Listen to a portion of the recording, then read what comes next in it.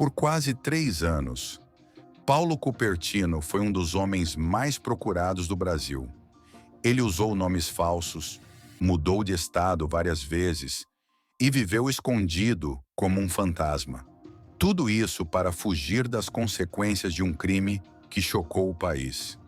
Em junho de 2019, o ator Rafael Miguel, conhecido por papéis marcantes na televisão, perdeu a vida ao lado dos pais, João e Miriam, em frente à casa da namorada.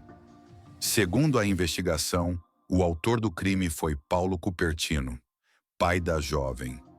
Um homem que não aceitava o relacionamento dela com Rafael. O que deveria ser apenas uma conversa entre famílias, terminou de forma trágica. Neste vídeo você vai entender quem é Paulo Cupertino, o que aconteceu naquele dia, como ele conseguiu fugir por tanto tempo e o que disse no julgamento que finalmente trouxe uma resposta à família Miguel. Prepare-se para conhecer os bastidores de um dos casos mais marcantes do Brasil. Bem-vindo ao Onde Mora o Crime.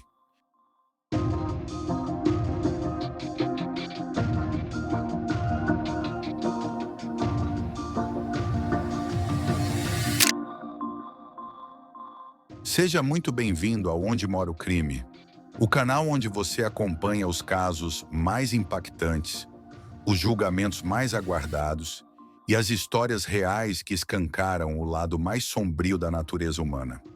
Aqui, a gente investiga o que aconteceu e reconstrói cada detalhe com responsabilidade, respeito às vítimas e compromisso com a verdade. Rafael Henrique Miguel nasceu em 9 de julho de 1996 em São Paulo. Desde pequeno, demonstrava talento e naturalidade diante das câmeras. Ainda criança, ganhou notoriedade nacional ao protagonizar um dos comerciais mais marcantes da TV brasileira, o famoso Menino do Brócolis, em que pedia para a mãe comprar o legume no supermercado. A frase virou meme, mas também eternizou o rosto de Rafael em milhares de lares. Seu verdadeiro destaque, no entanto, viria anos depois. Entre 2013 e 2015, Rafael interpretou o personagem Paçoca na novela Chiquititas, exibida pelo SBT. Com carisma e sensibilidade, deu vida a um dos papéis mais queridos da trama. Ali, conquistou o público infantil e adolescente com sua atuação espontânea, ao mesmo tempo leve e marcante. Dentro dos estúdios, era conhecido por ser responsável, educado e muito respeitado por todos os colegas e diretores. Fora das câmeras, Rafael era uma pessoa tranquila, afetuosa e muito ligada à família. Filho de João Alcísio Miguel e Miriam Selma Miguel, cresceu cercado de amor e princípios sólidos. Tinha 2 irmãs, Camila e Michele, com quem mantinha uma relação próxima e harmoniosa. Apesar da fama precoce, Rafael não se deslumbrava com os holofotes. Era introspectivo, simples e extremamente cuidadoso com as pessoas ao seu redor. Em 2018, Rafael iniciou um relacionamento com Isabela Tibquerani. Jovem como ele, Isabela gostava de música, poesia e compartilhava sonhos parecidos. O namoro entre os dois cresceu com afeto, mas também enfrentou obstáculos graves. O principal deles, o pai da garota, Paulo Cupertino Matias, que não aceitava a relação e exercia controle abusivo sobre a filha. No dia 9 de junho de 2019, um domingo à tarde, Rafael Miguel foi até a casa da namorada, acompanhado de seus pais. Eles tinham um objetivo claro: conversar com os pais de Isabela, especialmente com o pai, Paulo Cupertino Matias, que rejeitava o relacionamento do casal. Rafael acreditava que, com respeito e diálogo, poderiam resolver a situação. Por volta das 13h55, o carro da família estacionou em frente à casa de Isabela, no bairro da Pedreira, zona sul de São Paulo. As imagens de uma câmera de segurança da rua registram o momento em que o carro para. João é o primeiro a descer. Logo depois, segundo o depoimento de Isabela, Miriam, Rafael e a própria jovem saem do veículo. A mãe de Rafael caminha até o portão e bate. Quem atende é Paulo Cupertino. Ele não responde à tentativa de diálogo, apenas olha para a filha e diz de forma seca: "Entra." Isabela entra. Miriam permanece do lado de fora e tenta iniciar a conversa com Paulo, perguntando: "Vamos conversar?" Sem qualquer resposta verbal, Paulo simplesmente saca uma arma que já carregava consigo e então dispara. João Alcício é o primeiro a cair, alvejado. Miriam tenta correr, mas também é atingida. Rafael, em estado de choque, não tem tempo de reagir. É baleado ali mesmo, na calçada. Nenhum dos três teve qualquer chance de defesa. Ao todo, foram 13 disparos, todos fatais. Isabela, em estado de pânico, presencia o assassinato do namorado e dos próprios sogros. Segundo seu depoimento, ela corre até Rafael desesperada, mas ele já está sem vida, assim como os pais. O barulho dos tiros ecoa pela rua. Moradores saem de casa. O pânico se espalha. Paulo Cupertino foge imediatamente após o crime. Entra no carro e desaparece. Mais tarde, o veículo usado na fuga seria encontrado abandonado. Quando a polícia chega ao local, encontra os 3 corpos estendidos no chão. A perícia confirma os 13 tiros. A rua, silenciosa até minutos antes, agora é cenário de uma execução cruel. Uma tentativa de diálogo terminou em tragédia. Uma família foi destruída. Tudo aconteceu ali, no meio da rua, na frente da filha. Depois de cometer o triplo homicídio em plena luz do dia, Paulo Cupertino Matias fugiu. Não prestou socorro, não olhou para trás, apenas desapareceu. A partir daquele momento, começava uma das caçadas mais longas e vergonhosas da história recente da polícia brasileira. Enquanto o país chorava a morte de uma família inteira, Cupertino escapava pelas frestas da lei. Sumiu por completo. Nenhuma prisão, nenhum paradeiro, nenhum sinal. Nos dias seguintes ao crime, a polícia descobriu que a fuga não tinha sido impulsiva. Ela foi planejada, minuciosamente. Paulo Cupertino contou com uma rede de apoio e amigos dispostos a escondê-lo. Mudou de visual, abandonou o carro e, nos meses seguintes, passou por diversas cidades, trocando de esconderijo como quem muda de roupa. Ele foi visto em Sorocaba e Campinas, no interior paulista, depois em Jataizinho, no Paraná, e mais tarde em Ponta Porã, no Mato Grosso do Sul, cidade que faz fronteira com o Paraguai.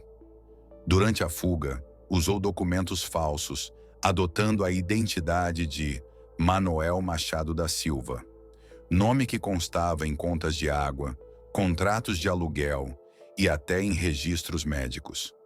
A Interpol chegou a emitir um alerta vermelho, mas ainda assim, por quase 3 anos, Paulo Cupertino driblou a justiça.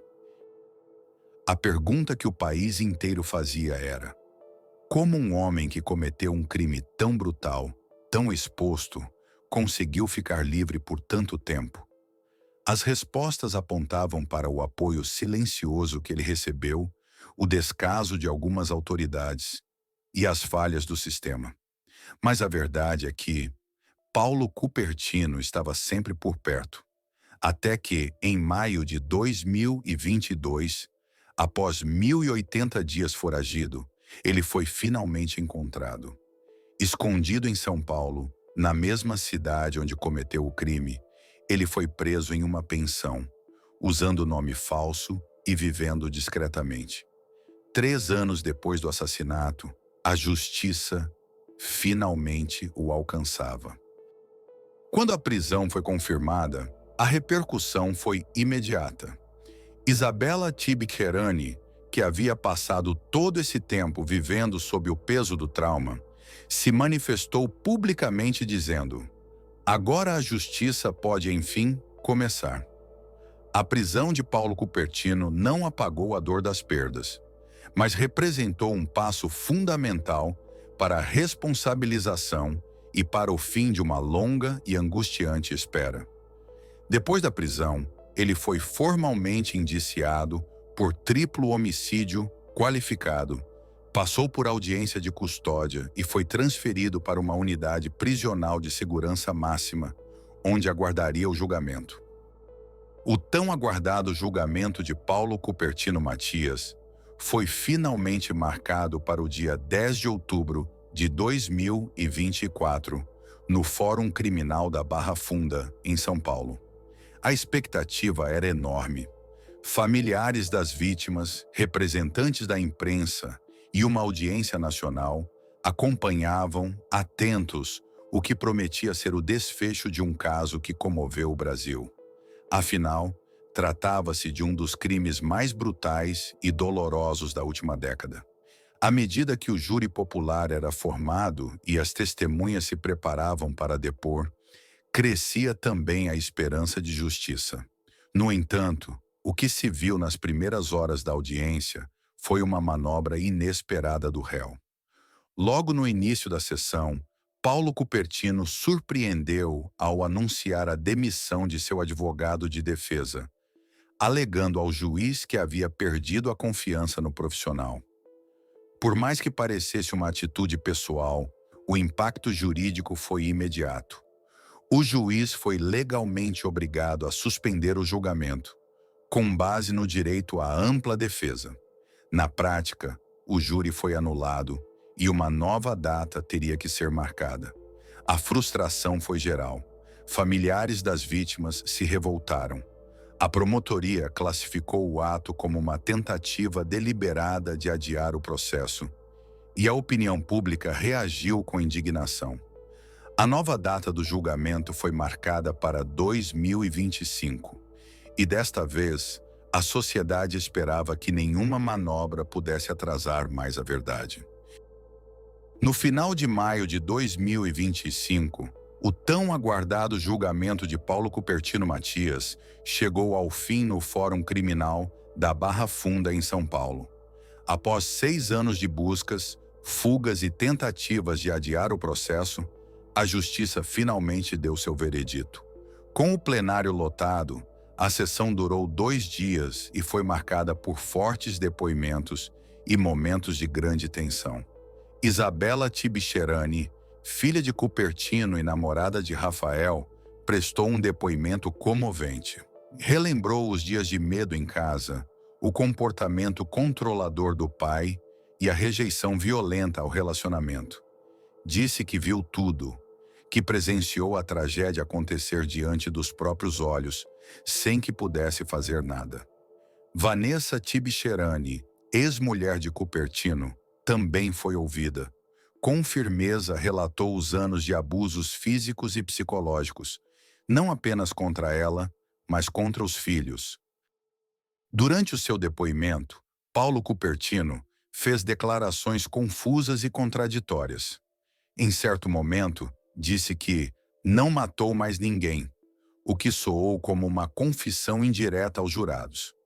Também afirmou que não tem arrependimento, nem pesadelos, e tentou culpar uma terceira pessoa pelo crime. Para os promotores, a versão foi considerada fantasiosa e emocionalmente fria. Segundo eles, Cupertino tentou se isentar de culpa, mas acabou se entregando nas entrelinhas.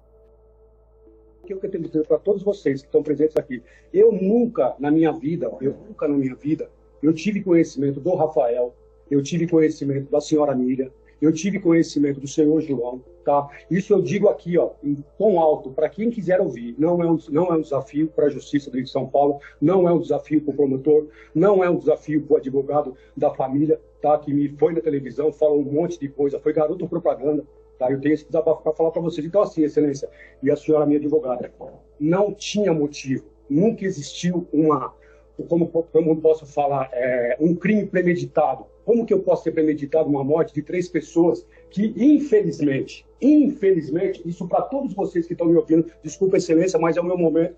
Se eu te fizer alguma coisa errada, o senhor pode me... Estou aqui para obedecer. Então, o que acontece?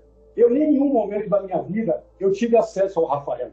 Em nenhum momento da minha vida, eu tive acesso à senhora Mília. Em nenhum momento da minha vida, eu tive acesso ao senhor João. Eu sei que tem familiares do senhor João aqui, eu sei que tem familiares da senhora Mília aqui. Pode se levantar e perguntar para esses familiares se algum dia na minha vida eles me viram. Se algum dia existiu algum relato da minha parte para com o senhor João, para com a senhora Mília. Eu posso chamar de senhor e senhora porque tudo que eu conheci foi através da emissora de televisão. Todas as duas, eu tinha porte e registro das armas.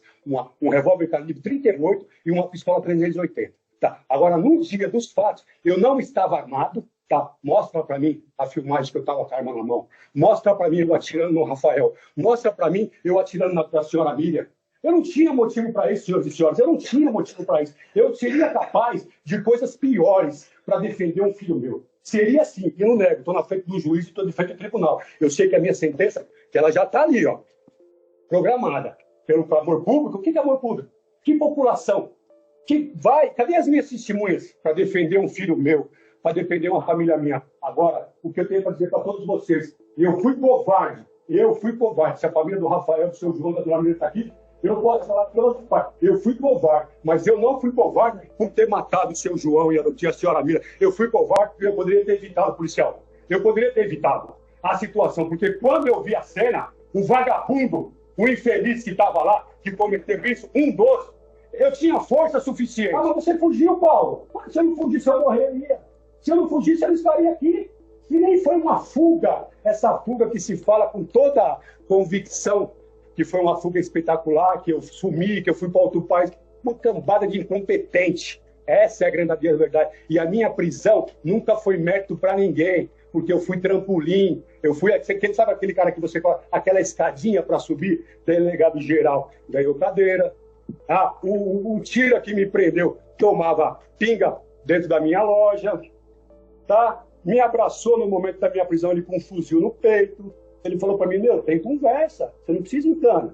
A doutora Neivalda me levou para tomar cafezinho com um chá dentro da sala dela, sem algema. E me colocaram na Interpol, me colocaram lá na fronteira do Paraguai. Quem dera eu, para que eu ia fazer aqui no Paraguai? Em primeiro lugar, eu nunca fui traficante. Meu artigo sempre foi outro. Nunca foi tráfico. Aí me levaram para o Paraguai. Daqui a pouco ele me coloca na linha da Interpol. Aí o excelentíssimo senhor advogado, aí fala que eu sou isso, que eu sou aquilo. Então, em primeiro lugar, voltando a pessoa perguntou, eu vou chegar onde a senhora quer.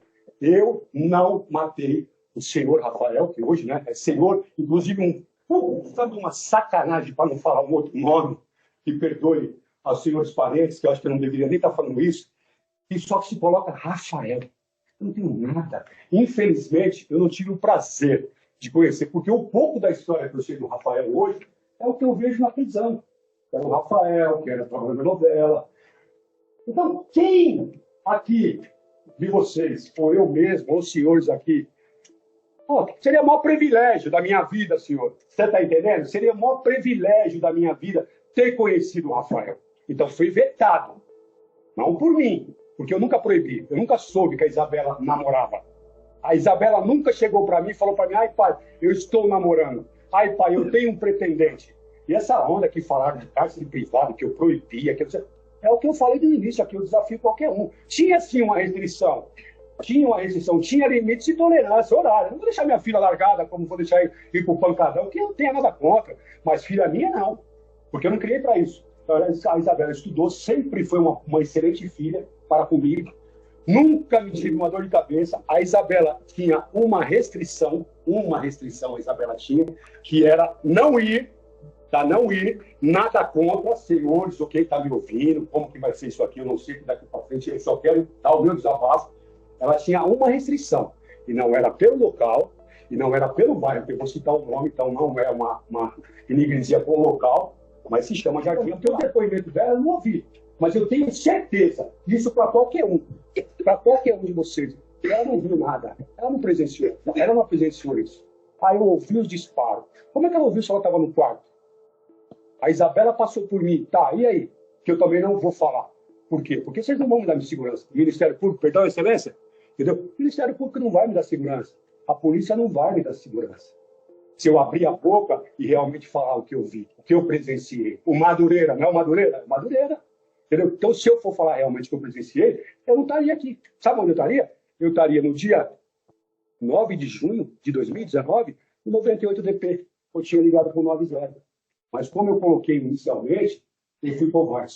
Eu omiti. Porque se eu tivesse metido a mão no peito do vagabundo e falava, Mano, aqui não, aqui é minha família, aqui não, aqui é meus conhecidos. Então aqui você não vai meter a cara. Eu teria essa força, viu? Eu teria essa força. Lá eu teria. Entendeu? Por quê? Só que eu fui omisso.